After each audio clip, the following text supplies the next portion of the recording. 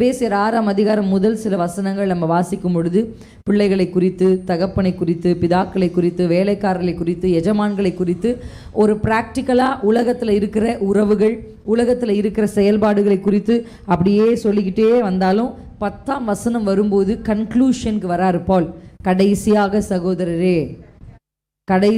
சகோதரரே, இன்னைக்கு last day மீட்டிங்கில் வந்த உங்களை பார்த்து ஆண்டவர் இந்த வார்த்தை தான் சொல்ல நினைக்கிறார். கடைசியாக இந்த நாட்களில் நிறைய அற்புதங்கள் நடந்தது, அடையாளங்கள் நடந்தது, நீங்கள் நினச்சது கர்த்தர் பியூட்டிஃபுல்லாக 40 டேஸை நடத்தினார். ஆனால் கடைசியாக வார்த்தை என்ன? இதுவும் ஒரு பாயிண்ட்டாக ஒரு வசனமாக மக சொல்லும்போது நான் கேட்டேன் இல்லையா? 10ஆம் வசனத்தில் கடைசியாக என் சகோதரரே கர்த்தரிலும் அவருடைய சத்துவத்தின் வல்லமையிலும் பலப்படுங்கள். நீங்கள் பலப்பட வேண்டும் என்று சொன்னால், if you want to be stronger அப்படின்னா அது எதனால் முடியும் அப்படின்னா ஆண்டவருடைய பவரால் தான் முடியும். அல்லேலூயா. கர்த்தருடைய வல்லமையின் பாத்திரங்களாக, கர்த்தருடைய வல்லமை விளங்குற பாத்திரங்களாக நீங்கள் பலப்படுங்கள் என்று சொல்லி அவர் கடைசியாக யாரை குறித்து சொல்லி முடிக்கிறார் அப்படின்னா பிசாசின் தந்திரங்களை குறித்து சொல்லுகிறார். அல்லேலூயா. நான் முன்னாடியே சொன்னேன், நேற்று சொன்னா இல்லை யூத்ஸுக்கு சொன்னா எனக்கு ஞாபகம் இல்லை. நம்ம ஒரு விஷயத்தை நம்ம மனதில் வைத்து கொள்ள வேண்டும் என்று சொன்னால், சத்துரு யாரை தள்ள நினைப்பானா நிற்கிறவங்கள தான். அல்லேலூயா. The one who is standing has to be careful. அதனால தான் பால் எழுதுறாரு, பிசாசின் தந்திரங்களுக்கு நீங்கள் எதிர்த்து நிற்க திராணி உள்ளவர்களாய் மாறணும் அப்படின்னு பவுல் எழுதுறார். அல்லேலூயா. அப்போ பிசாசின் தந்திரங்கள் என்பது இன்எவிட்டபிள், அதாவது அதை தள்ளிவிட முடியாது.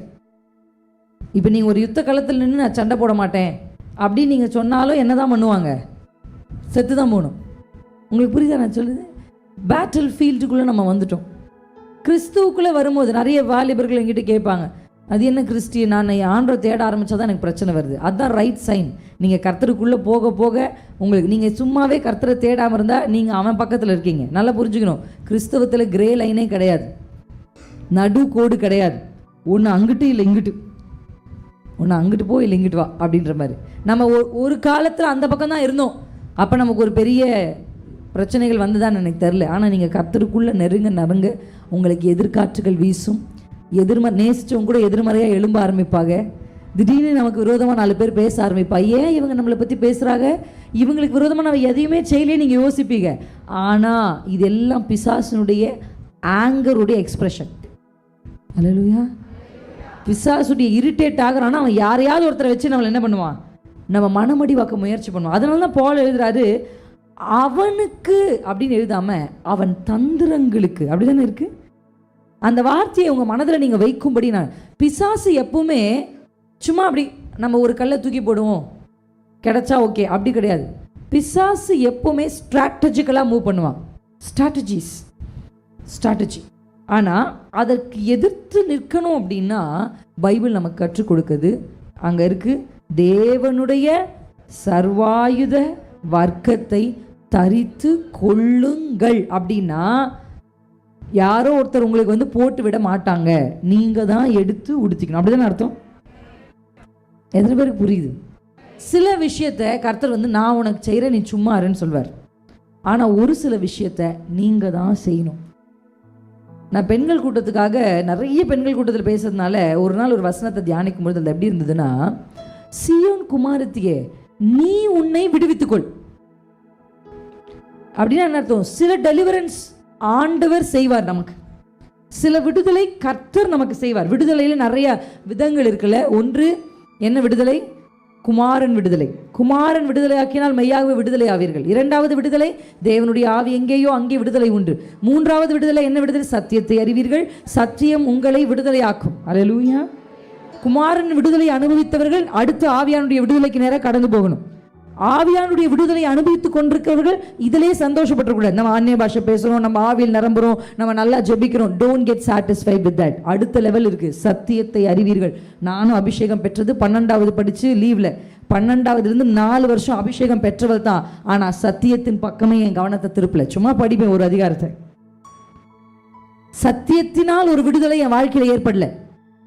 அபிஷேகம் பெற்றதனால் நாம் முற்றிலும் பரிசுத்தவான்கள் ஆகிறது இல்லை. அபிஷேகம் நமக்கு உதவி செய்யும்படி நமக்கு கொடுக்கப்பட்டிருக்கிறது. அல்லேலூயா. அடுத்த கட்டமாக சத்தியத்தினால் ஒரு விடுதலை. சில விடுதலை ஆண்டவர் எப்படி எதிர்பார்க்க, பாபிலோன்ல இருக்கிற நீ உன்னை விடுவிச்சுக்கோ. சில விடுதலை நாம தான் எனக்கு இது வேணாம் தூக்கி எறியணும். அல்லேலூயா. இங்க வசனம் சொல்லுது நீங்கள் தரித்து கொள்ளுங்கள். அது இங்கிலீஷ்ல நீங்க இந்த சர்வாயுத வர்க்கத்தை குறித்து வாசிக்கும் பொழுது ஆங்கிலத்தில் எப்படி தெரியுமா, டேக் டேக் டேக் அப்படி ஒரு வார்த்தை வந்துகிட்டே இருக்கு இங்கிலீஷ்ல. when I was reading take take அப்படின்னா என்ன அர்த்தம், நீ தான் எடுக்கணும். அது அங்கே அவைலபிளாக இருக்குது. ஒரு பெரிய டைனிங் டேபிள் மேலே நமக்கு தேவையான எல்லாவற்றையும் தேவன் அடுக்கி வச்சிருக்கிறார். அல்லேலூயா. சுகம் பலன் எனக்குள்ளே பாய்ந்து செல்லுதே, வல்லமை நதியாய் பரவி பாயுதே. என்ன ஒரு அறிக்கை தெரியுமா? பலவீனமாக நீங்கள் உணரும் போது பாட்டு கேட்குறத கொஞ்சம் மாற்றி, நான் இப்போ அதான் யோசிப்பேன். இப்போ பிகாஸ் நாங்கள் ஒரு சாங் ரிலீஸ் பண்ணதுனால எனக்கு ஓரளவுக்கு அந்த யூடியூப் பற்றியும் ஸ்பாட்டிஃபை பற்றியும் கொஞ்சம் நாலேஜ் கிடச்சிருக்கு. நீங்கள் கேட்குறதுக்கு ஒரு யூடியூப் இருக்குது, ஆனால் நம்ம போஸ்ட் பண்ணுறோம் அப்படின்னா அதில் ஒரு விஷயம் இருக்குது, அது யூடியூப் ஸ்டூடியோன்னு சொல்லுவாங்க. யாரெல்லாம் போஸ்ட் பண்ணுறாங்களோ அவங்களுக்கு அது வந்து என்ன கொடுக்குன்னா, உங்கள் பாட்டை இவ்வளோ பேர் பார்த்துருக்காங்க, இந்த தேசங்கள்லேருந்து பார்த்துருக்குறாங்க, இவ்வளோ நேரம் உங்கள் பாட்டு ஓடி இருக்குது, இது எல்லாத்தையுமே யூடியூப் நமக்கு என்ன கொடுக்குன்னா அனலைஸ் பண்ணி கொடுக்கும். இதில் என்ன சொல்லுது, உங்கள் பாட்டை இவ்வளோ பேர் பார்த்துருக்காங்க. அது யூடியூப்பில் சொல்லும் போது வியூவர்ஸ் அப்படின்னு சொல்லுதா, வியூவர்ஸ் அப்படின்னு சொல்லுது, இத்தனை வியூஸ் அப்படி தான் நம்ம கணக்கு போடுறோம். கணக்கு இத்தனை வியூஸ் எத்தனை வியூஸ் வியூஸ். ஸ்பாட்டிஃபைன்னு ஒரு ஆப் இருக்குது, அதில் பார்க்க முடியாது ஆனால் கேட்கலாம். அதில் எப்படி இருக்குது தெரியுமா, அதில் எங்களுக்கு சம்மரி வரும். அதில் வானாதி வானங்கள் இருக்கிறதுனால அதில் எங்களுக்கு ஒரு சம்மரி கொடுக்குது. என்னென்னா, உங்கள் பாடலை இந்த மாதம் 30,000 முறை கேட்டிருக்கிறார்கள். இல்லை 30K கை தட்டாதீங்க. அடுத்த பாயிண்ட்டுக்கு வரேன். எனக்கு அதில் ஒரு கிளிகிழிப்பு இல்லை. அடுத்த பாயிண்ட்டு வரேன். இத்தனை 1000 என்ன இருக்குன்னா, அதில் வேர்டு என்ன யூஸ் பண்ணுறாங்கன்னா, நான் நம்பரை பார்க்கல, அந்த வார்த்தையை பார்த்துட்டே இருந்தேன். லிசனர்ஸ் அப்படின்னு இருக்கு. அப்படின்னா என்ன, இந்த பாடலை பார்க்கிறார்கள், இந்த பாடலை கேட்கிறார்கள். இன்னைக்கு கிறிஸ்தவத்தில் பார்க்குறவங்க பெருகிட்டாங்க, கேட்குறவங்க பெருகிட்டாங்க. கரெக்டா இல்லைங்களா? ஆனா அனுபவிக்கிறவங்க, செயல்படுத்துறவங்க எத்தனை பேருக்கு நான் சொல்றது புரியுது? ஆனா ஜூம்னு ஒரு ஆப் இருக்கு, எத்தனை பேருக்கு தெரியும் தெரியல. இந்த ஜூம்ல எத்தனை பேர் இணைகிறார்களோ அவங்கள ஜூம் எப்படி சொல்லும் தெரியுமா? நான் ஒரு ஜூம் மீட் நடத்துவேன், அது பெண்களுக்கான மீட். அந்த மீட்டில் எப்படி காமிக்கும் தெரியுமா? 600 பார்ட்டிசிபென்ட்ஸ்ன்னு காமிக்கும். பார்ட்டிசிபென்ட்ஸ் அப்படின்னா உள்ள வந்து களத்தில் இறங்கி பார்ட்டிசிபேட் பண்ணுறவங்க, அப்படிதானே? நீங்கள் ஒரு கேம்ஸுக்கு போனீங்கன்னா பங்களிப்பு, அவங்க பங்களிப்பு அங்கே இருக்குது. அவங்க வேடிக்கை பார்க்குறவங்க இல்லை, அவங்க பங்களிக்கிறாங்க. எத்தனை பேருக்கு புரியுது நான் சொல்ல வர்றது? உங்கள் பங்களிப்பு கர்த்தருடைய ராஜ்யத்திற்கு தேவை என்று சொல்லுகிறேன். நீங்கள் வெறும் கேட்கிறவர்களாகவும் வெறும் பார்க்கிறவர்களாகவும் நின்று விடாமல் உங்கள் பங்களிப்பை ராஜ்யத்திற்கு கொடுக்கும்படி இந்த 40 நாளில் கர்த்தர் உங்களை அழைக்கிறார். மெசேஜ் கேட்கறது தப்பு இல்லை, ஆனா கேட்டுக்கிட்டே இருக்கக்கூடாது. எஃப்எம் மாதிரி கேளுங்கள் கேளுங்கள் கேட்டுக்கொண்டே இருங்கள்ன்ற மாதிரி. நிறைய பேர் ரொம்ப ஹாப்பியா ரொம்ப ஃபீல் பண்றது, நான் எப்பவுமே கேட்டுக்கிட்டே இருப்பேன், அதுல சந்தோஷப்படக்கூடாது. ஜபமாக்குனீங்களா? ஜபமாக்குனீங்களா? ஒரு மெசேஜை கேளுங்க ஒரு நாளைக்கு போதும். அந்த ஒரு மெசேஜை தியானிங்க, அந்த ஒரு மெசேஜை ஜபமாக்குங்க, அந்த ஒரு மெசேஜை வாழ்க்கையில ட்ரை பண்ணுங்க, கடைபிடிக்க. அல்லேலூயா. நான் சொல்றது உங்களுக்கு எப்படி இருக்குன்னு எனக்கு தெரியல, என் மெசேஜ் கூட தான் சொல்றேன். why I am telling this? இது ஒரு விஷயம். ஏன்னா பிசாசு எதையுமே கையில் எடுக்க ஆரம்பிப்பான். அப்ப நீங்க என்ன செய்யணும் தெரியுமா? பங்காளர்களாய் மாறணும். நீங்க தான் எடுத்து தரித்து கொள்ளணும். அங்க பாடிட்டு இருக்காங்க, சுகம் பலம் எனக்குள்ளனே பாய்ந்து செல்லுது. என்ன பாஸ்டர் அவருக்கு பாடுறாரு, பாஸ்டர் அவர் குடும்பத்துக்கு பாடுறாரு. நீங்க தான் உங்க குடும்பத்துக்கு பாடணும், உங்க சரீரத்துக்கு நீங்க தான் பாடணும். சுகம் பலன் எனக்குள்ளே பாய்ந்து செல்லுதே, வல்லமை நதியாய் பரவி பாயுதே, இரத்த குழாய்கள் கண்கள் செவிவாய் தமணி எங்கும் பாய்கின்றது. நீங்க கேட்டுக்கிட்டே இருந்தா மறந்துடும், பாடினாதான். டீச்சர்ஸ் இருக்கீங்களா? என்ன சொல்லுவீங்க? எழுது, சொல்லிப்பாரு. சொல்கிறீங்களா இல்லையா? பிள்ளைகளுக்கு என்ன சொல்லிப்பாரு, எழுதிப்பாரு. அதான் நான் சொல்லுவேன். கேட்டுக்கிட்டே இருக்கிறதுனால இதை கேட்டு நிரம்பி திருப்பி அடுத்து கேட்கும் போது பழசு மறந்துடும். ஆனால் நீங்கள் அதை திருப்பி சொல்லி பார்க்கும்போது, திருப்பி அதை செஞ்சு பார்க்கும்போது, திருப்பி அதை எழுதி பார்க்கும்போது உங்கள் வாழ்க்கையில் அது நடக்க ஆரம்பிக்குது. அல்லேலூயா. அதனால தான் உங்களுக்கு முன்பாக ஒருவேளை உங்களுக்கு இந்த வார்த்தை தெரிந்திருந்தாலும் 2 கிரேக்க வார்த்தைகளை உங்கள் கண்களுக்கு முன்னாடி நிறுத்த விரும்புகிறேன். பவுல் இந்த இடத்துல த ஸ்வார்ட் ஆஃப் த ஸ்பிரிட், எபேசியர் 6:17 நேற்றே பாஸ்டர் இதை குறித்து கொஞ்சம் டிஸ்கிரைப் பண்ணிட்டாங்க. இதில் எத்தனை இருக்குது? 6 காரியங்கள் கொடுக்கப்பட்டிருக்கு. இந்த 6ல் 5 டிஃபென்சிவ், அப்படின்னா தாக்குவதிலிருந்து தாக்கத்திலிருந்து நம்மை காப்பாற்றுவதற்கு. சால்வேஷன்றது உங்களுக்கு என்ன தெரியுமா? தலை சீரா ஹெல்மெட் போடுற மாதிரி, இங்கிலீஷில் அது ஹெல்மெட்டுன்னு தான் இருக்குது. உங்கள் சால்வேஷன்றது உங்கள் ஹெல்மெட் மாதிரி. உங்களுக்கு என்ன ஆனாலும் மண்டையில் அடிபட்டு மரணம் கிடையாது. ரட்சிப்பை பெற்றவனுக்கு 2ஆம் மரணம் கிடையாது. என்னங்க ஆமான்னு சொல்லல? ஏங்க சொல்ல விட்டுட்டீங்க? ஆமேன்னு சொல்லுங்க. அல்லேலூயா. ஆமென். வசனம் என்ன அழகா எழுதி சொல்றார். நான் எங்கேயோ படிச்சது, மரித்தாலும் அவன் பிழைப்பான். அவன் மறிக்கலாம். ஐ ஆம் த ரிசரக்ஷன். நான் தான் உயிர் தெழுதலும் ஜீவனமாய். என்னை விசுவாசிக்கிறவன் மறிக்க மாட்டான்ல, சரீரம் மறித்து போகலாம், ஆனால் அவனை நான் கடைசி நாளில் உயிரோட்டை எழுப்புவேன். அவன் என்னோட நித்திய காலமாக. அல்லேலூயா. முடிவில்லா ராஜ்யம் வருக, உங்க ராஜ்யத்தில் நான் மகிழ, உம்மோடு சேர்ந்து வாழ எனக்கு ஆசை. உங்களுக்கு என்ன ஆசை? வீடு கட்டினா சாமி கண்ணை மூடிடுறேன், என் பிள்ளை கல்யாணம் பண்ணி வச்சா கண்ணை மூடிடுவேன், நான் சாகிறதுக்குள்ள ஒரு பிள்ளையை பெற்று கொடுத்துரு. ஐயா, இதெல்லாம் ஆசை தான், நான் ஆசைப்படாதீங்கலாம் சொல்லலை. ஆனால் உங்கள் தலையாய ஆசை என்னவா இருக்கணும் தெரியுமா? அவர் கூட உம்மோடு சேர்ந்து வாழ. யாருக்கு ஆசை வரும் தெரியுமா? யாருக்கு ஆசை வரும் தெரியுமா? லவ் பண்ணாதான் வரும். லவ் பண்ணும். நீங்கள் அவரை நல்லா just love him. I just want to say, அவரை நேசிங்க. நம்ம ஒருத்தர் கூட இருக்கிறோம்னு வச்சுக்கோங்களேன், அவங்க கூட இருக்க நமக்கு பிடிச்சிச்சுன்னா அவங்க கூட எப்பவுமே இருக்கணும்னு ஆசை வருதா இல்லையா? ஏன் என்ன வயசு வர்றதுக்கு முன்னாடியே 21 வயசில் ஃபோன் பண்ணி, அக்கா என் வாழ்க்கை என்ன ஆகுன்னு தெரில, எனக்கு யார் புருஷனா வருவான்னு தெரியல. உனக்கு 21 வயசு தானே ஆகுது. அப்படி சொல்லுவேன் நான். உனக்கு என்ன வயசு? ஃபஸ்ட்டு ஆலோசனை கேட்கும் போதே வயசு கேட்பேன். உன் வயசு என்ன? 18 வயசு. உனக்கு என்ன லவ் ஃபெயிலியர் ஸ்டோரி? உனக்கு என்ன 18 வயசில்? விட்டு 25 வயசு 26 வயசு வரும்போது கர்த்தருக்கு சரியாக ஒரு பையனை கொண்டு வருவார். அதுவரை நீ ஆயத்தப்படுன்னு சொல்லுவேன் நான். எஃபர்ட் நம்ம மேலே போடணும்.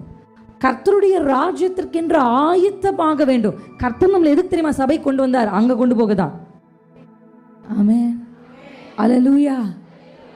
இங்கே பவுல் இதை ஏன் சொல்கிறார் அப்படின்னா, தந்திரங்களை தான் பிசாசு என்ன பண்ணுறான்? கையாளுறான். அவன் எப்படி வரமாட்டான் தெரியுமா? நேரடியாக தாக்க மாட்டான். அவன் தந்திரமாக தான் தாக்குவான். தந்திரம். அவன் யூஸ் பண்ணுறது எல்லாமே தந்திரம். அப்போ அதுக்கு எதிர்த்து நிற்கணும்னா நமக்கு என்ன வேணும்னா அனுபவங்கள் பத்தாது. பல அனுபவங்கள் உடையவர்கள் சரிந்து விழுந்துருந்து நம்ம பார்க்குறோம். Experience man fails. எக்ஸ்பீரியன்ஸ் பத்தாது. எது வேணும் தெரியுமா? சர்வாயுத வர்க்கம். இது நம்ம அவன் அடிக்காமல் இருக்கிறதுக்கு, நம்மளை காப்பாற்றிக்கிறதுக்கு நிறைய போடுறோம். ஆனால் அவனை தாக்குவதற்கு பைபிள் ஒரு வார்த்தை இருக்கு, வேத வசனமாக்கிய ஆவியின் பட்டயத்தையும் என்ன பண்ணுங்கள்? உங்கள் கையில் கேப்ரியேல் கொடுப்பார். அப்படி இருக்கா? மிகாவேல் உங்கள் இருதயத்தில் எழுதுவார்னு இருக்கா? நீங்கள் தான் தம்பி எடுக்கணும், நம்ம தான் கையில் எடுக்கணும். நீங்கள் பைபிளில் பார்த்தீங்கன்னா இந்த ஸ்வாட் அப்படின்னு சொல்லும்போது இந்த பட்டயம் நீங்கள் நினைக்கிற மாதிரி இப்படி நீளமாக இருக்கும் பாருங்கள். அந்த பட்டயம் இல்லை, சின்னதாக இருக்கும். பார்த்துருக்கீங்களா கத்தி? அந்த பட்டயம் தான் இது சொல்லுது. இது நீளமான பட்டயம் இல்லை, ஷார்ப்பாக. அது எப்படின்னா இதுனா வச்சுக்கோ அப்படின்னு அடிக்கலாம். அது அப்படி கிடையாது, சின்ன கத்தி. இது எப்படி தெரியுமா? குறிபாத்து அட்டாக். அல்லேலூயா. அல்லேலூயா. ப்ரிசைஸ்ட் அட்டாக்.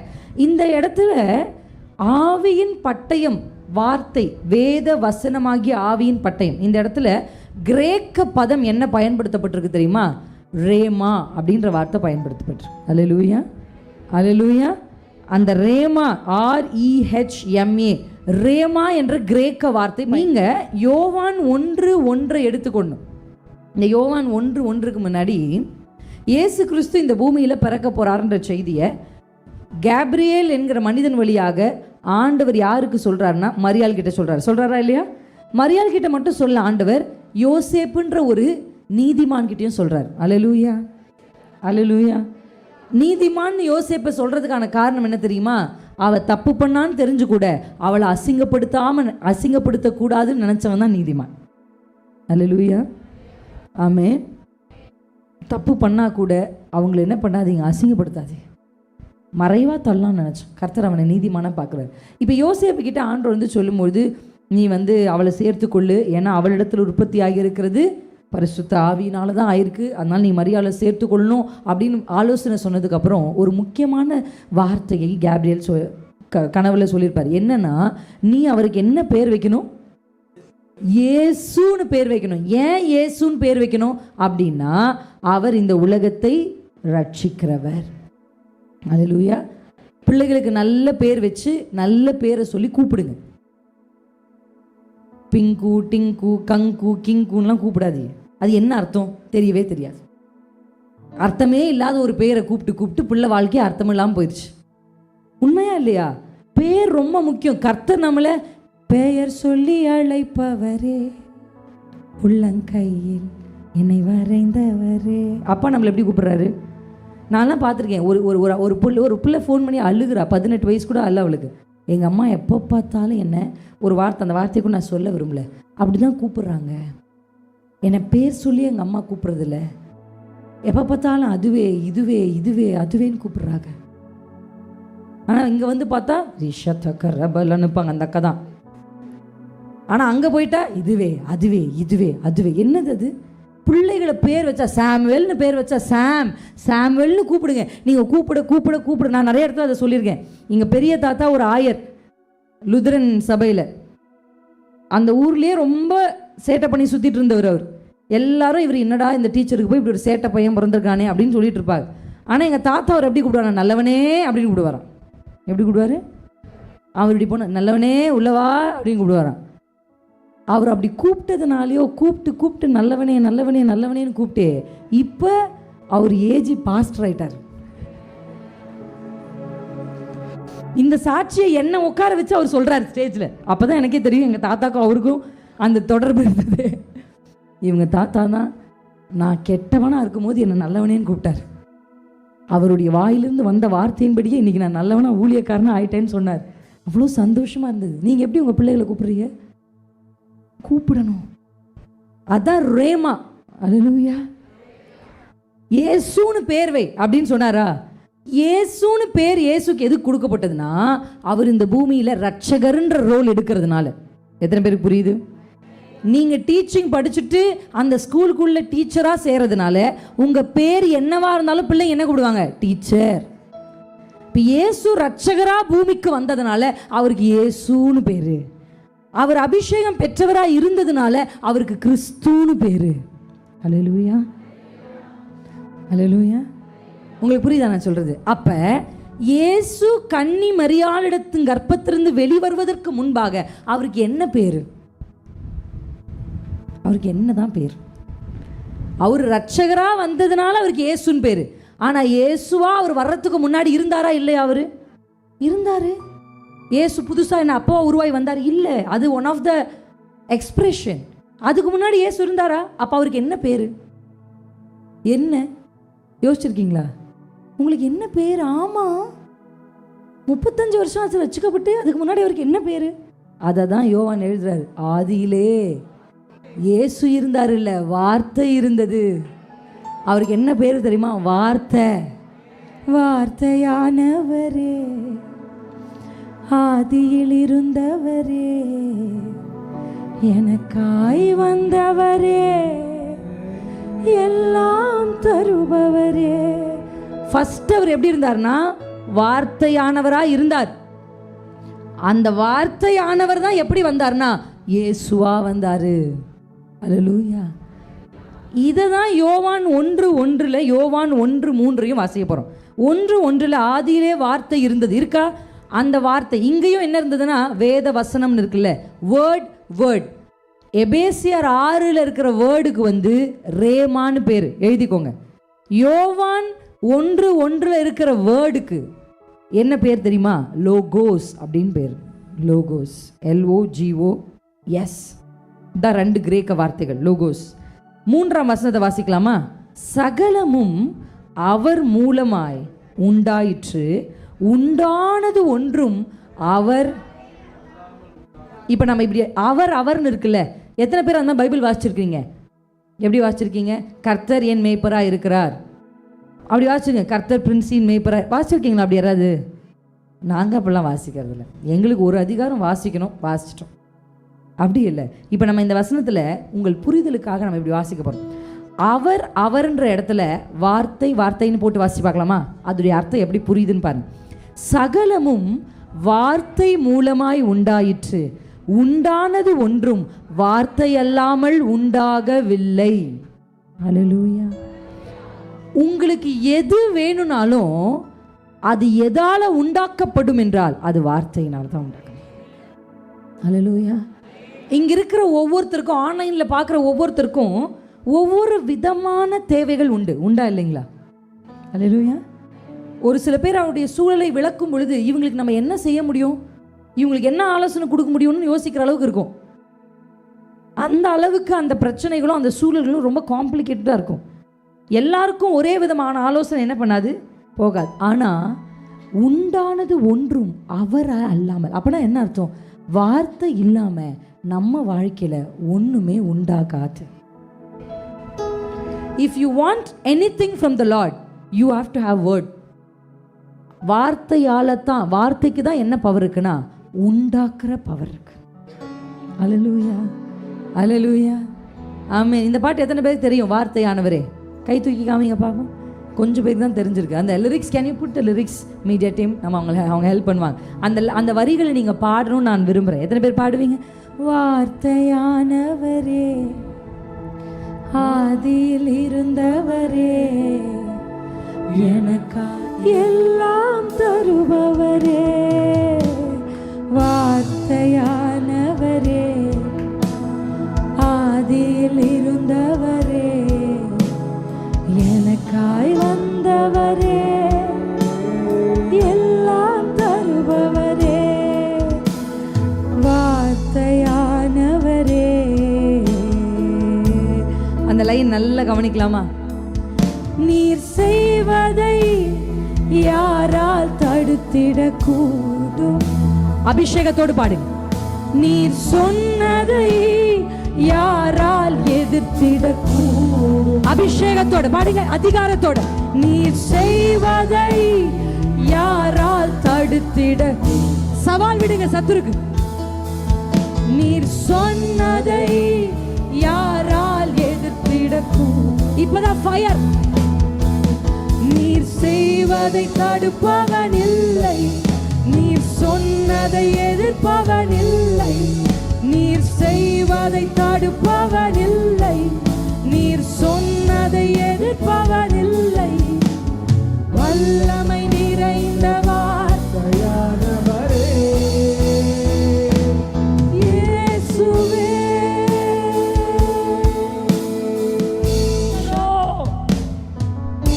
அல்லேலூயா. உங்க மனசு எப்படி இருக்கு? ஃபயர் உள்ள வந்துச்சா? எத்தனை பேர் உள்ளத்துல ஃபயர் இருக்கு? How many of you are feeling that fire? அனாயிட்டிங்கே ரிதம் இன்க்ரீஸ் ஆனதான் வரணும்னு கிடையாது. Hallelujah. I just want to break that Pentecostal ideology. Really.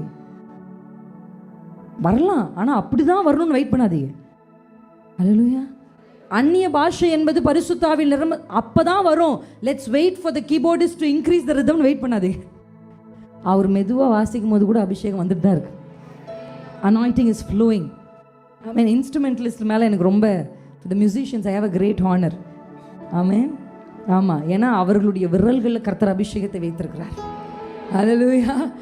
சும்மா தாவீது கீதம் அப்படி சும்மா வாத்தியத்தை வாசிக்கிற மாதிரி இருந்துச்சு, பட் அது மூலிமா டெலிவரன்ஸ் நடந்துச்சு.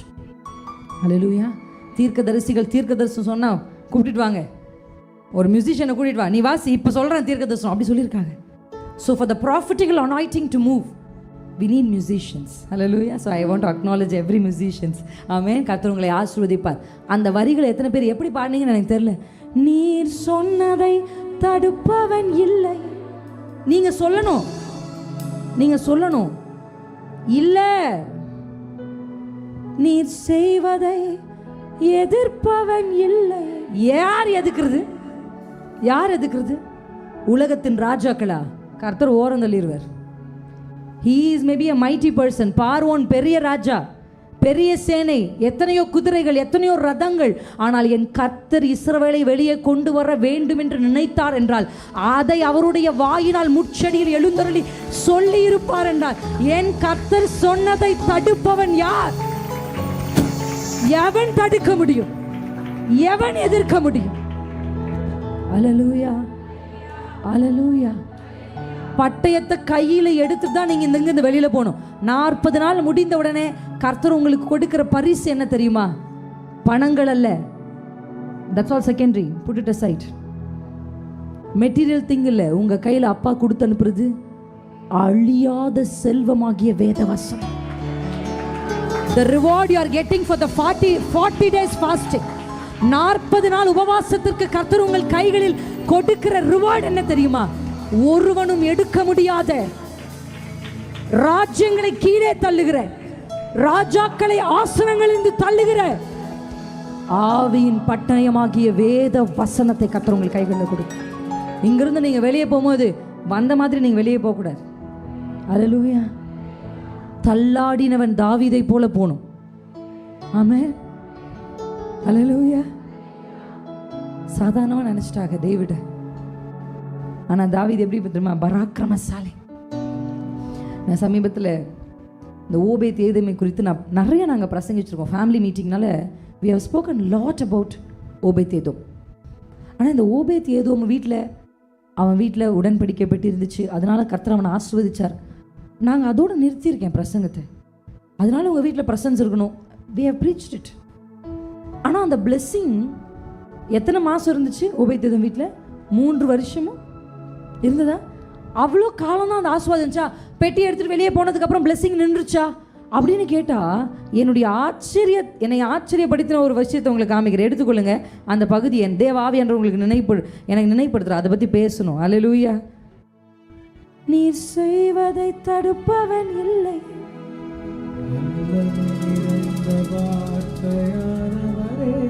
எடுத்து வாசிக்கலாமா? Thank you Jesus. 1 நாளாகமம் 6ஆம் அதிகாரம் 12ஆம் வசனம்.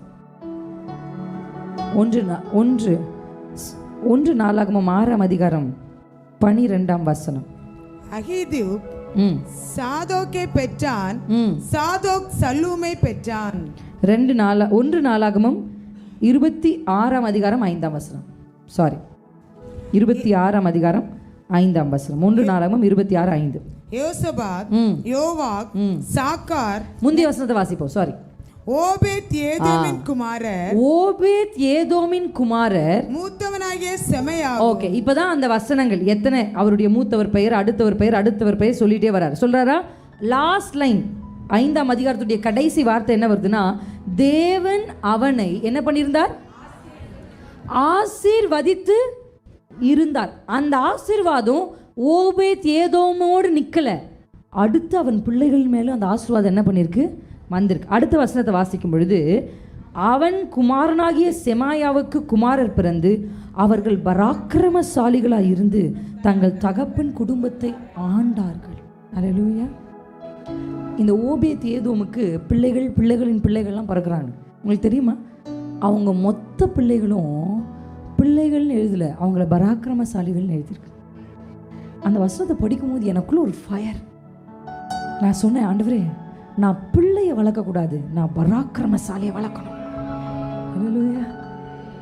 எத்தனை பேருக்கு புரியுது நான் சொல்ல வருது? பராக்கிரமசாலிகளை வளர்க்கணும். அப்போ ஒரு பராக்கிரமசாலி கையில் என்ன இருக்கணும் தெரியுமா? பட்டயம் இருக்கணும். பட்டயம். இந்த பட்டயத்தை தான் நம்ம இந்த லோகோஸையும் ரேமாவையும் புரிந்து கொள்றதுக்கு நேற்று நம்ம வாசிச்ச அந்த அதிகாரம் எடுத்து வாசிக்கலாமா? மத்தேயு, நமக்கு தெரியும் 4ஆம் அதிகாரம். ஜீசஸ்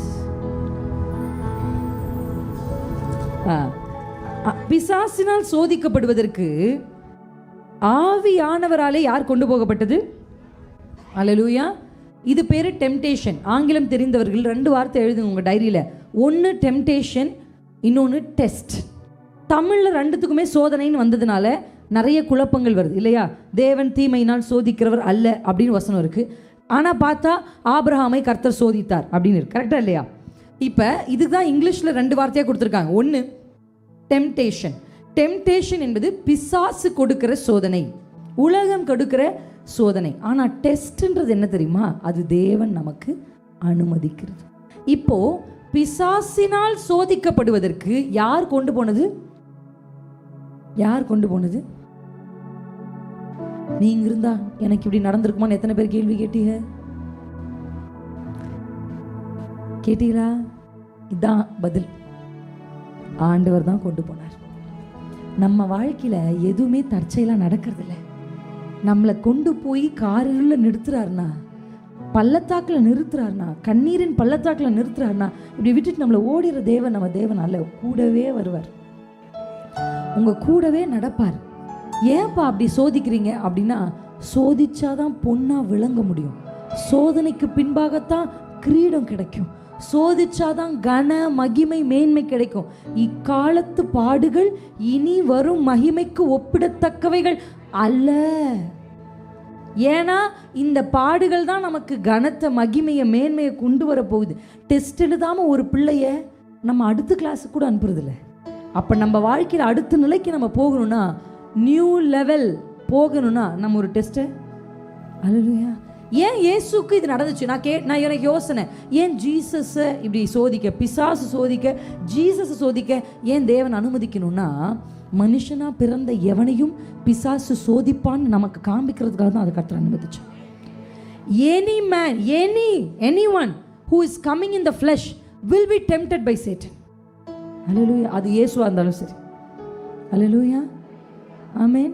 சோதனை உண்டு. நான் சொல்கிறேன், இங்கே நிறைய வயது முதிர்ந்தவர்களும் இருக்கீங்க, நடுத்தரத்தார் இருக்கீங்க, வாலிபர்களும் இருக்கீங்க.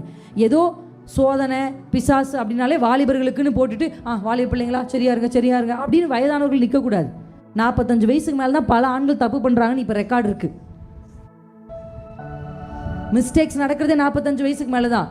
வாலிபத்தில் கூட தன்னை கட்டுப்பாடாக வைத்து கொண்டவர்கள் இல்லை. இப்போ பாருங்க, சமுதாயத்தில் பாருங்க, 45 வயசுக்கு மேலாம் ஒருத்தரும் புதுசாக கேட்குறாங்க, புது தவறுகளை செய்கிறாங்க. அது ஆண்கள் மட்டும் கிடையாது, பெண்களும் தான். இடறி எவனும் விழுவதற்கு, எவனையும் தாக்குவதற்கு அவன் தந்திரங்களை வைத்துட்டு இருக்கான். எப்படி தந்திரம்னா எப்படி தெரியுமா? அன்பா பேசுவாங்க. சே, நம்ம ஹஸ்பண்ட் இப்படிலாம் பேசுறாரா? வேலைக்கு போன இடத்துல அவர் அன்பா பேசின உடனே எவ்வளோ அன்பா இருக்காருன்னு மனசு தெரியும். அது அன்பு இல்லை, ஆப்பு. நீங்க இதை அன்புன்னு நினைச்சிருப்பீங்க. ஐயோ, எது செஞ்சாலும் இந்த அக்கா ஓடி ஓடி கொடுக்குறாளே நினைப்பீங்க. தெரியாது. அதனால தான் பிசாசு எப்பவுமே, தோ நான் பிசாசு வந்திருக்கிறேன் அப்படின்னு வரமாட்டான். தோ அக்கா வந்திருக்கேன்டா அப்படி கூட வருவான். வாய்ப்பு இருக்கு. அதனால தான் அவன் தந்திரமா வருவான்னு பைபிள் எழுதியிருக்கு. இப்போ சர்வாயுத வர்க்கெல்லாம் போட்டு என்ன ஒரு பயலை காணும் அப்படின்னு யோசிக்காதீங்க. அதுதான் வசனம். பட்டை ஏன் பிடிக்கணும்? பிசாசு இப்போ வந்து இயேசுவை சோதிக்கிறான், டெம்டேஷன் வருது. ஜீசஸ் வாஸ் டெம்டட் அப்படின்னா, at any age, at any cost, at any height, I will be tempted. ஜாக்கிரதையாக இருக்கணும். ஒருத்தருக்கு பணம்னா வீக்னஸ். ஒரு சில பேருக்கு அன்பு தான் வீக்னஸ். அன்பு கொடுத்தா இவ எதையும் கொடுப்பான்னு பிசாசுக்கு தெரியும். அன்புக்காக நீங்கள் உங்களே கொடுத்துருவீங்க, கடைசியாக திரும்பி பார்த்தா ஒன்றுமே இல்லாமல் நிற்பீங்க. ஒரு சில பேருக்கு பணம் கொடுத்தா எதையும் செய்வாங்க. ஒரு சில பேருக்கு பணமும் வேணாம், அன்பு வேணாம், கம்பெனி போதும். இவன் கூடவே வரனா இவனுக்காக கொலை கூட பண்ணுறான். இப்போ சமீபத்தில் கேட்டீங்கள, 4-5 வாலிபர்கள் குடித்து வெறித்து ரோட்டில் இருக்கிற மொத்த பேரையும் வெட்டியிருக்கான். இவன் எது சும்மா வெட்டி பார்க்கணும்னு நினச்சான் அவன். அவ்வளோதான். ஒரு கம்பெனிக்காக எதையும் பண்ணுறான் இன்னைக்கு வாலிபன். ஆமாம், பிசாசு தந்திரங்களோடு வருகிறான். எதிர்த்து நிற்கணும். எப்படி எதிர்த்து நிற்கணும்? திராணி அப்படின்னா என்ன? உனக்கு ஏதாவது நிற்க திராணி இருக்கா உனக்கு? அப்படி கேட்போம்ல. எதிர்த்து நிற்கணும்னா அதான் பலப்படு. அவருடைய பவரில் பலப்படுறதுக்கான வண்டர்ஃபுல் டூல் என்ன தெரியுமா? டங்ஸ் தான். அல்லேலூயா. அந்நிய பாஷை பேசுகிறவன் தனக்குத்தானே பக்தி விருத்தி. இது புரியவே இல்லை. இங்கிலீஷில் எப்படி தெரியுமா? the one who speaks in tongues he builds himself up அப்படின்னு அர்த்தம். ஒரு எக்ஸசைஸ், ஒரு ஜிம்முக்கு போய் ஒருத்தர் எப்படி பாடியை பில்ட் பண்ணுறாங்களோ, புரோட்டீன் ஷேக் குடிச்சு எப்படி பாடியை 6 பேக்ஸ் ஆர்ம்ஸ் எல்லாம் பில்ட் பண்ணி அவர் நடந்து வரும்போதே அப்படி கொஞ்சம் பாடியை பில்ட் பண்ணோன்னா கொஞ்சம் டைட்டாக டிஷர்ட் போட்டுக்குவார் ஐயா, அப்போ தான் ஆர்ம்ஸ் தெரியும். அப்படி போட்டு அப்படி நடந்து வருவார், ஏன்னா நான் பாடி பில்ட் பண்ணியிருக்கேன்.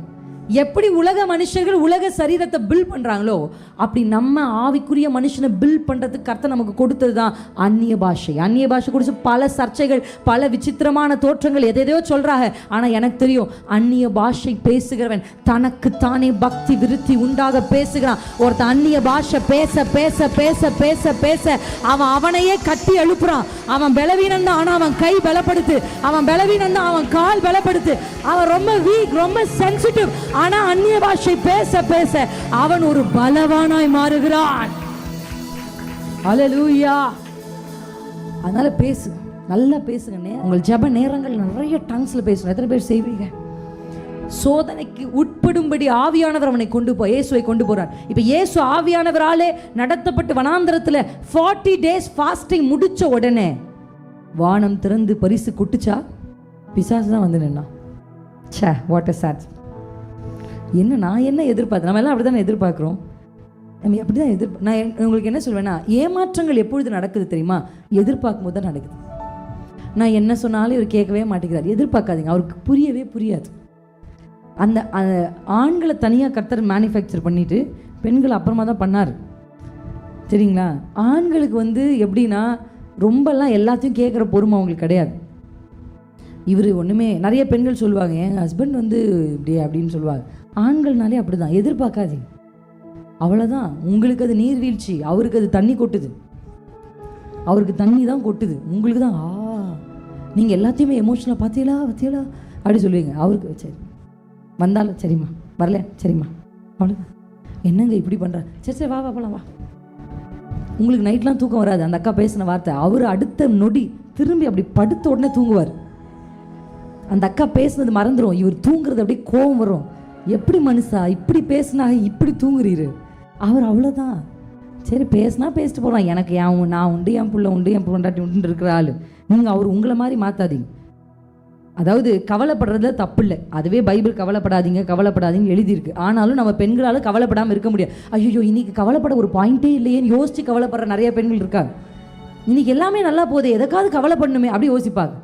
கவலைப்படாதீங்கன்னு பைபிள் எழுதியிருந்தாலும் இல்லை நான் கவலைப்பட்டு தான் ஆவேன் அப்படின்னு கவலைப்படுவாங்க. நீங்கள் கவலைப்பட்டுக்கோங்க, மேனுஃபேக்சர் ப்ராப்ளம் உங்களுக்கு. ஆனால் இப்போ நான் என்ன சொல்கிறேன்னா, சீஷர்கள் மாதிரி உமக்கு கவலை இல்லையான்னு அந்த கவலையை அவர்கிட்ட போய் கடத்தாதீங்க. அவர் ஜாலியாக இருக்கார்ல, விட்டுருங்க. அவர் என்ன சொன்னாங்க சீஷர்? உமக்கு கவலை இல்லையா?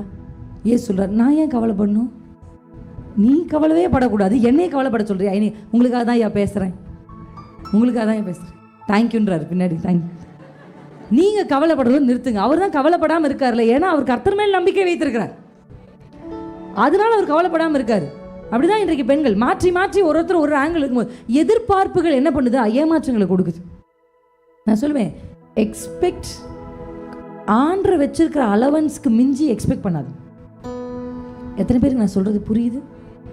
Don't expect beyond the allowance of the word. நான் தீர்க்க தரிசனம் சொல்லுகிறேன், உங்கள் அக்கௌண்ட்ல 1 லட்சம் வருகிறது. அலவன்ஸ்ல இருக்கா? பைபிள் அலவன்ஸ் இருக்கா? பைபிள் என்கிற இந்த அலவன்ஸுக்குள்ள இல்லாத ஒன்று எனக்கு வேணாம். அது உலகத்துல நீதான் டாப்புன்னா கூட எனக்கு வேணாம். ஏன்னா அது வசனத்துக்குள்ள இருக்கா, வார்த்தைக்குள்ள இருக்கா? எத்தனை பேருக்கு நான் சொல்றது புரியுது? வார்த்தை என்கிற எல்லைக்குள்ளிருந்து உங்களுக்கு என்ன கிடைக்குதோ அது மட்டும் போதும்னு இருங்க.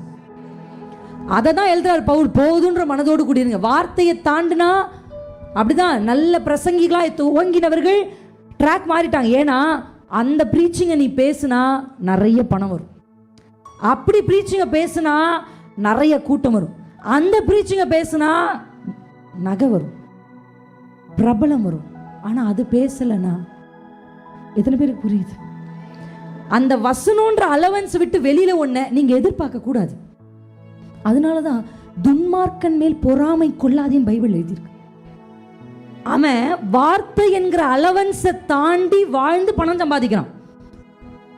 இங்க இருக்கிற என்னுடைய தேவ பிள்ளைகளுக்கும் என் சகோதர சகோதரிக்கும் சொல்றேன், மற்றவன் அழிவான் அப்படின்ற மாதிரி ஒரு பிஸ்னஸ் உங்கள் கையில் இருக்குன்னா அந்த பிஸ்னஸ் வேணாம். ஒரு கடை வச்சிருக்கீங்கன்னா அந்த கடைக்குள்ள போதை வஸ்துக்கள், சிகரெட்ஸ் இதெல்லாம் இருக்குன்னா அதனால குடிச்சு ஒரு குடும்பம் அழியக்கூடாதுன்னு நான் சொல்லுவேன். கிறிஸ்தவர்கள் அதை செய்யக்கூடாது. அடுத்தவர்கள் அழிவதற்கு ஏதுவான பிசினஸ் செய்யாதிருங்கள். அடுத்தவர்களுடைய அழிவுக்கு நேராக ஒரு ஜனத்தை நடத்துவதற்கான காரியங்களில் தலையிடாதிருங்கள். எத்தனை பேருக்கு புரியுது? துன்மார்க்கன் மேல் பொறாம கொள்ளாத. ஏன்னா அவன் ரொம்ப எல்லாமே அவன்கிட்ட இருக்கும். ஐயோ அவனை மாதிரி நானும் இருக்கணும்னா நீ வேர்டுன்ற பவுண்டரி விட்டு வெளியில போனா அவனை மாதிரி இருக்கலாம். நீங்க என்ன சொல்லணும்? வேணாம் வேணாம் வேணாம். அல்லேலூயா. எத்தனை பேர் உங்களுக்கு துன்மார்க்கரின் செல்வ திரட்சியை பார்க்கிலும் நீதிமான் என்னுடைய கொஞ்சம் நல்லது. அந்த அடுத்த லைன் எப்படி எழுதியிருக்காரு ஆல்டன் அண்ணன்? நிரந்தரம். ஓபேத் ஏதோம் பிளெஸிங் ஆயிட்டாருன்னா அவன் பிள்ளை பிளெஸிங், பேர பிள்ளை பிளெஸிங். தவறான தொழில் செய்து வட்டி கொடுத்து வட்டி வாங்கி நீங்க பிளெஸிங்கா இருக்கலாம், அடுத்து உங்க பிள்ளை பிளெஸிங்கா இருக்குமான்றது கேள்விக்குறி. அடுத்து உங்க பேர பிள்ளை ஆசீர்வாதமா இருக்குமான்றது அதை விட பெரிய பெரிய கேள்விக்குறி. அதனாலதான் வார்த்தை என்கிற அலவன்ஸை தாண்டின மேன்மை வேண்டாம், பணம் வேண்டாம், சுகம் வேண்டாம், எதுவும் வேண்டாம்னு சொல்லுங்க. வேர்டை விட்டு வெளியே போக கூடாது. எத்தனை பேர் ஆமென்னு சொல்றீங்க? அல்லேலூயா சொல்லுங்க. துன்மார்க்கரின் செல்வ திரட்சியை பார்க்கிலும் நீதிமான் என்னுடைய கொஞ்சம் நல்லது. நிரந்தர சுதந்திரம் இது. கர்த்தர் என் கர்த்தர் எனக்கு நீர் தந்தது. நித்தம் பெருகும் கிருபை கொண்டது. கர்த்தர் எனக்கு நீர். ரெண்டு கையை உயர்த்தி பாடுங்க, அர்ப்பணிச்சு. வார்த்தை என்கிற எல்லைக்குள்ள வாங்க. வார்த்தை என்கிற எல்லைக்குள்ள உட்படுத்தி வாங்க. என் குடும்பத்தை வார்த்தைக்குள்ள கொண்டு வரேன். என் பிள்ளைகளை வார்த்தை என்கிற எல்லைக்குள்ள கொண்டு வரேன். என் பிசினஸ் வார்த்தை என்கிற எல்லைக்குள்ள கொண்டு வரேன். என் வேலையை வார்த்தை என்கிற எல்லைக்குள்ள கொண்டு வரேன்.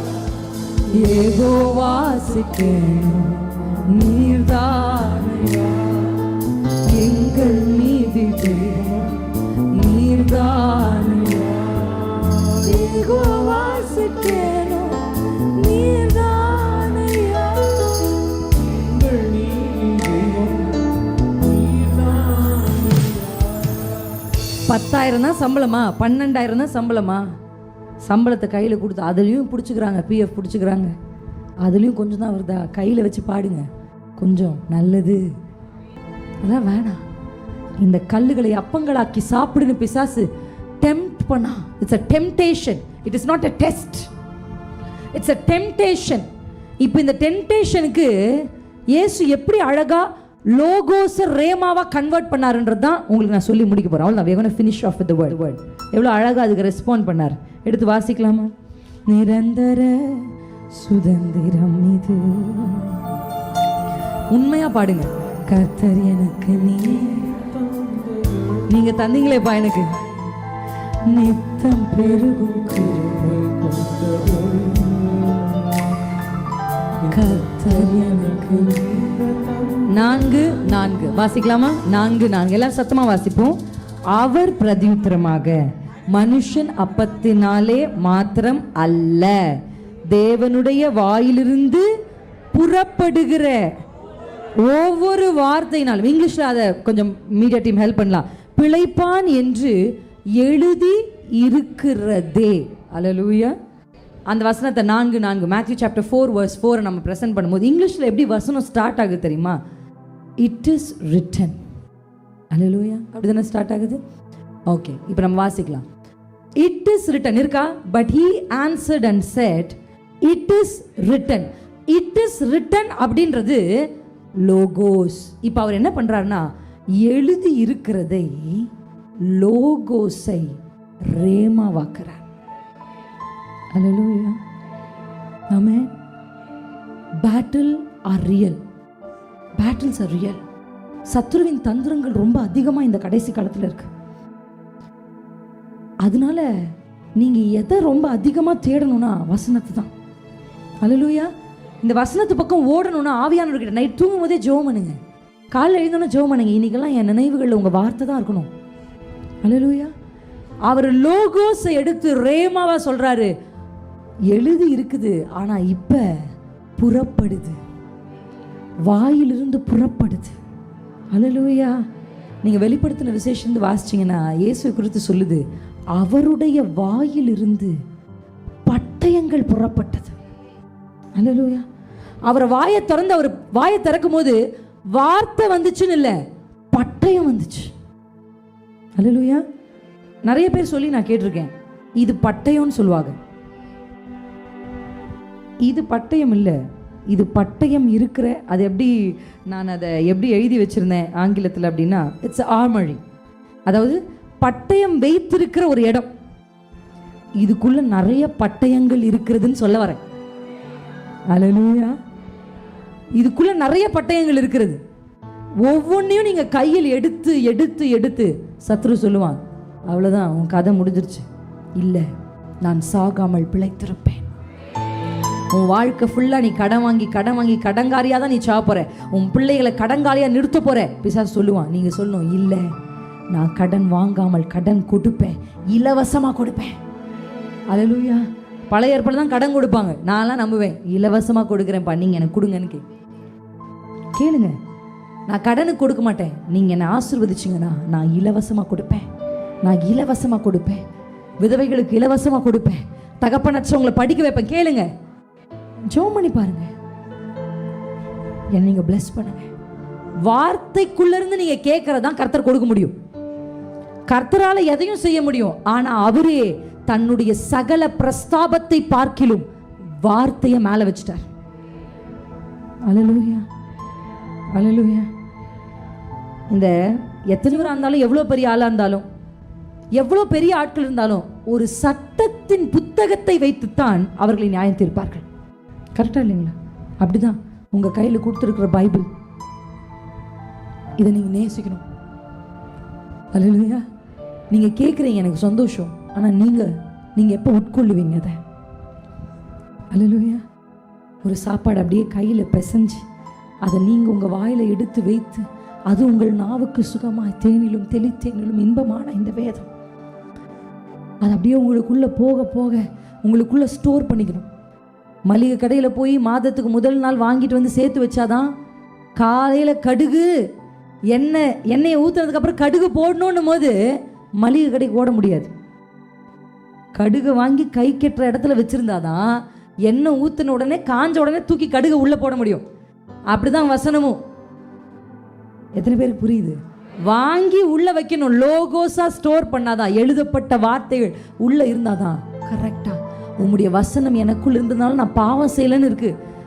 வாலிபர்கள் பாவம் செய்யாம இருக்கணும். எப்படிக்கா பாவம் செய்யாம இருக்குது? அது கேள்வி கேட்டே இருப்பாங்க பார்த்தாலும். How to overcome sin, how to overcome sin. Read Bible, அவ்வளவுதான். ஸ்டோர் வேர்ட்ஸ் இந்த பைபிள். வசனத்தை உங்க மனசுல வை. கரெக்டான சமயத்தை அந்த வசனம் வெளியே கர்த்தனை, அதுதான் பரிசுத்த ஆவியானவர். அவர் என்ன பண்ணுவார் தெரியுமா? சொல்லி இருக்கிறதே பைபிள்ல பரிசுத்த ஆவியானவர் குறித்து ஏசு சொல்லும்போது அவர் நினைப்பூட்டுவார் அப்படின்னு எழுதியிருக்கு. லோகோஸ் ரேவா. இப்ப இந்த லோகோஸ் எழுதியிருக்குல்ல, அந்த ரேமா மாத்திர பிசாசு ஓடுவான் உங்க வீட்டை விட்டு. ஹல்லேலூயா. யாரோ ஒரு வல்லமை உள்ளவர் வந்து என் வீட்டுக்குள் வந்தாதான் இல்ல, வார்த்தை இருக்குல்ல உங்க வீட்டுல, வார்த்தையை அறிவிக்கிற உதடுகள் உங்கள் வாய்களில் இருக்குல்ல, அபிஷேகம் உங்களோடு இருக்குல்ல, ஆவியானவர் உங்களுக்குள்ள இருக்காருல்ல, அப்ப யாரை தேடுகிறீர்கள்? வேற என்ன வேணும்? வேர்ட் இருக்கு, ஸ்பிரிட் இருக்கு, ஸ்பிரிட்டையும் வேர்டையும் ஆக்டிவேட் பண்ற ஒரு மனுஷன் இருக்கிறான். போதாதா? விடுதலை, சுகம், ஆரோக்கியம், நன்மை, மேன்மைகள். எங்கும் ஓட வேண்டியதில்லை, எங்கும் திரிய வேண்டியதில்லை. நீங்கள் பெற்ற அபிஷேகமே சகலத்தையும் உங்களுக்கு போதிக்கும் என்று எழுதி இருக்கிறபடி இந்த வாசனம் உங்க கையில இன்னைக்கு என்ன பரிசு கர்த்தர் கொடுத்து 40 நாள் வந்தனே, உங்க கையில அப்பா கொடுக்கிற பரிசு என்ன தெரியுமா? இதுக்கப்புறம் இந்த பைபிளை நீங்க திறக்கும் போது, உங்க பிரகாசமுள்ள மனக்கண்கள் வழியா இதை நீங்க படிக்கும் போது, இந்த வேதம் உங்களுக்கு ரகசியங்களை வெளிப்படுத்தும். உங்க குடும்ப பிரச்சனைக்கு சரியான வார்த்தைகள் இந்த வசனம் உங்களுக்கு கற்றுத்தரும். உங்க கணவனை மனைவி எப்படி கையாளணும்ன்றது இந்த வேதம் கற்றுக் கொடுக்கும். உங்க பிள்ளைகளை எப்படி நடத்தணும்னு இந்த பைபிள் கற்றுக் கொடுக்கும். சமயத்துக்கு ஏற்ற வார்த்தைகள் இந்த வசனம் உங்களுக்கு காண்பித்து கொடுக்கும். I really want you to take up your Bible, read it, chew it, swallow it. விழுங்க. இந்த வார்த்தை தான் உங்க கையில கர்த்தர் கொடுக்கிற பட்டயம். இதை நீங்க ஒரு பைபிளா பார்க்காம, ஒரு பட்டயத்தை கர்த்தர் உங்களுக்கு கொடுக்கல, பல பட்டயங்களை உள்ளடக்கிய ஒரு வேதத்தை கையில கொடுத்தார். It's not just a single sword. எப்பெல்லாம் பிசாசு உங்களுக்கு முன்னாடி வந்து உங்களை டெம்ப்ட் பண்ணுறானோ இதை நீங்கள் கையில் எடுக்கலாம். 2 ஆங்கிள் சொல்லியிருக்கேன் உங்களுக்கு வேர்டில். 1, இந்த வார்த்தை தான் எதையும் உருவாக்கும். 2, இந்த வார்த்தை எதையும் அழிக்கும். சகலமும் அவர் மூலமாய் உண்டாகும். உங்களுக்கு எது வேணும்னாலும் இங்கே தாங்க இருக்கு. நீங்கள் எதை அழிக்கணும்னாலும் இதை கொண்டு தான் அழிக்க முடியும். இருபுறமும் கருக்குள்ள பட்டயம். அல்லேலூயா, அல்லேலூயா. This word can make someone live. This word destroy kingdoms, destroy kings.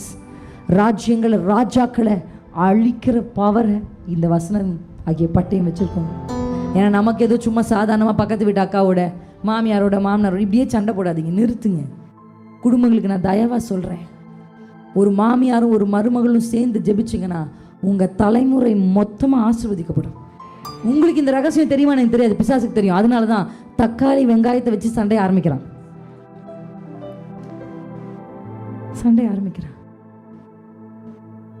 எப்போ இந்த சண்டை? இது உலகத்தா மாதிரி. எனக்கு என்ன தெரியுமா ஆசை? உலகத்தான் தானே மாமியார் மருமக சண்டை போட்டுக்கிறா. ஒரு கிறிஸ்தவர்கள் மாமியாரும் மருமகளும் நடக்கிறத பார்த்து சமுதாயம் எப்படி திரும்பி பார்க்கலையா? நல்லா புரிஞ்சுக்கோங்க, கிறிஸ்தவர்கள் தான் வேதத்தை படிப்பாங்க, கிறிஸ்தவர்கள் அல்லாதவர்கள் கிறிஸ்தவர்களை படிப்பாங்க. உங்களை தான் படிக்கிறாங்க அம்மா, உங்களை தான் படிக்கிறாங்க. நீங்க எப்படி உங்க மருமகளை நடத்துறீங்கன்றத படிக்கிறாங்க. நீங்க எப்படி உங்க மாமியாரை கவனிக்கிறீங்கன்றத படிக்கிறாங்க. நீங்க எப்படி உங்க மனைவியை கனப்படுத்த சீ வா போ அப்படி பேசுவாங்க சில ஆண்கள், நான் பார்த்துருக்கிறேன். ஆடா மாடா வசனம் சொல்லுது, பெண்கள் தான் ஆண்களை கனப்படுத்தணும். கரெக்ட், நாங்கள் உங்களை கனப்படுத்துவோம், நீங்கள் தான் தலை, எந்த சந்தேகமும் இல்லை. நான் என் கணவரை கனப்படுத்துவேன், அவர் எடுக்கிற முடிவு தான் எங்கள் வீட்டில் ஃபைனல் டிசிஷன். நிறைய என் கணவர்கிட்ட சொல்கிறது நீங்கள் பார்த்துக்கோங்கப்பா தான் நான் சொல்லியிருக்கேன். ஆனால் பைபிள் அதே எபேசியல் தான் எழுதியிருக்கு, ஒருவரை ஒருவர் கனம் பண்ணுங்கள். வேலைக்காரி இல்லை அந்த அம்மா, உங்களோட பயணிக்க வந்த பார்ட்னர். கனம் பண்ணுங்க அந்த அம்மாவை, ஹானர் பண்ணுங்க, ஒருவரை ஒருவர் கனப்படுத்துங்க. குடும்பங்களில் கனப்படுத்துறதை பழகுங்க. பிள்ளைகளை அப்படி சும்மா அப்படி சட்டை பண்ணுறது, அப்படி பேச அப்படி பண்ணாதீங்க. எங்கள் அத்தை மாமாவை நான் மதிக்கிறது ஏன் தெரியுமா? எங்களை கனப்படுத்துவாங்க, அவங்க ஹானர் பண்ணுவாங்க. பிள்ளைகளை நீங்கள் கனப்படுத்தி பாருங்கள், உங்கள் பிள்ளைகள் மற்றவர்களை தானாக கனப்படுத்தும். நீங்கள் அதுங்களை அப்படி ஆச்சுன்றதுனால தான் அதுங்க பாட்டி தாத்தா ஒரு மாதிரி பேசுதுங்க. ஏன் அப்படி நடக்குது? நீங்கள் பாட்டி தாத்தாவை அப்படி பேசுகிறத பிள்ளைங்க பார்க்குறாங்க. அதனால மூத்தவர்களை வயதானவங்க உங்கள் பிள்ளைகள் அப்படி பேசுகிறாங்க.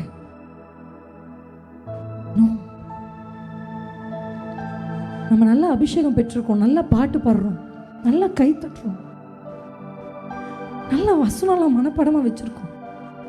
ஆனால் வாழ்க்கைன்னு வரும்போது புறஜாதிக்கு முன்னாடி தலை குனிஞ்சு நிற்கிறோமே. ஏன் அங்கே நம்ம சரியாகல? ஏன் கொஞ்சம் இடம் கொடுக்க மாட்டேங்கிறோம்? வசனத்தை இடம் கொடுத்து சுத்தம் பண்ணணும் நம்மள. அது உங்கள் சுயத்தை அழிக்கிற ஒரு விஷயம், கற்றுக்கொடும். நான் கோவப்பட்டு பைபிளை என் ஞாபகம் இருக்குது, ரொம்ப ஒரு மாதிரி டிப்ரெஸ்டாக அந்த பைபிளை சும்மா திறப்பேன், சும்மா ரேண்டமாக இப்படி திறந்து வச்சு சும்மா என்ன இருக்கோ அதை அப்படி படிச்சுட்டே உட்காந்துருப்பேன்.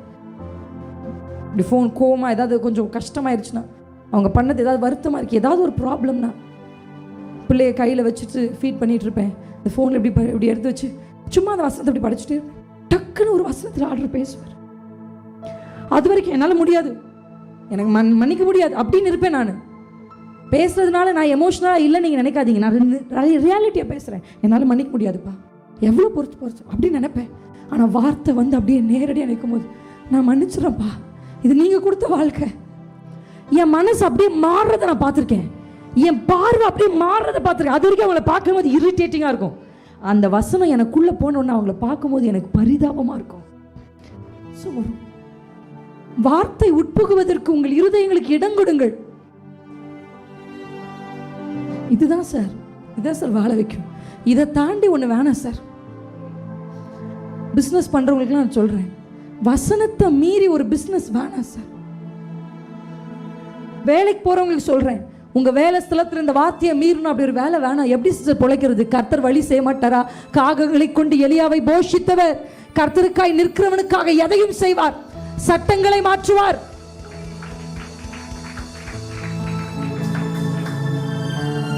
God wants to do something mighty. வெறுங்கையா நீங்கள் போகக்கூடாது. இன்னைக்கு பட்டயத்தோட பெரிய பட்டயம் இல்லை, சும்மா காம்பேக்டாக உங்களுக்குள்ளே தான் இருக்கும். இருக்கிறது தெரியாது, சரக்குன்னு எது காதை வெட்டிட்டாரு. யாரு? பேதுரு. ஏய் எங்கடா வச்சிருந்த, பொட்டுன்னு போட்டியே. ஆண்டவர் சொன்னார், காதை வெட்டாத, சத்ருவை வெட்டு, உன் கையில் நான் பட்டயம் தருவேன். நீ எழும்பி நின்று பேசும்போது 5000 பேர் 3000 பேர் ரட்சிக்கப்படுவாங்க. மாம்சத்தோட சண்டை போடாத, ஆவியில சண்டை போடு பேதுரு. அல்லேலூயா. இல்லாத மாதிரியே இருக்கும். டெம்டேஷன் வரும்போது டக்குன்னு எடுத்து, இல்லாமை வரும்போது எல்லாவற்றையும் வார்த்தையால் தான் உண்டாக்க முடியும். சமாதானம் வேர்ட் தான். நீங்கள் வீட்டில் போய் வாட்ச் பாருங்க. Word is so beautiful.